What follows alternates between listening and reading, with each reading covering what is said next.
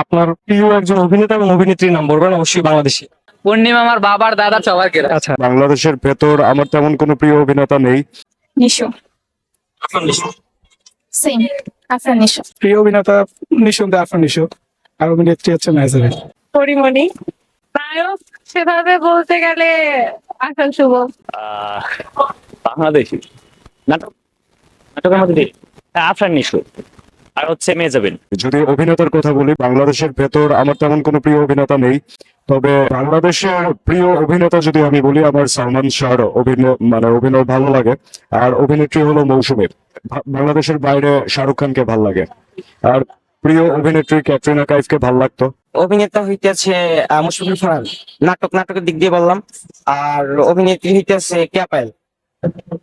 আর আমার হচ্ছে আপনার তৌসিফ মাহবুব, আর হচ্ছে আপনার ওর নাম জানো কি, মিম, কি মিম জানো, আরোহী মিম, আরোহী মিম। ফেভারিট আমার নাটকের ভিতরে ভাই পলাশরে ভালো লাগে অনেক, কাবিলা। আর অ্যাক্টর তেমন আমার বেসিক্যালি কেউ নাই, বাট পূর্ণিমা আমার 14 বছরের ক্রাশ। পূর্ণিমা আমার বাবার দাদার সবার ক্রাশ। আচ্ছা, রিয়াজ, পূর্ণিমা। অভিনেতা আমার আরফান নিশো খুব ভালো লাগে। আর Mehazabien Chowdhury. Peoples paradigm with Himu Akash.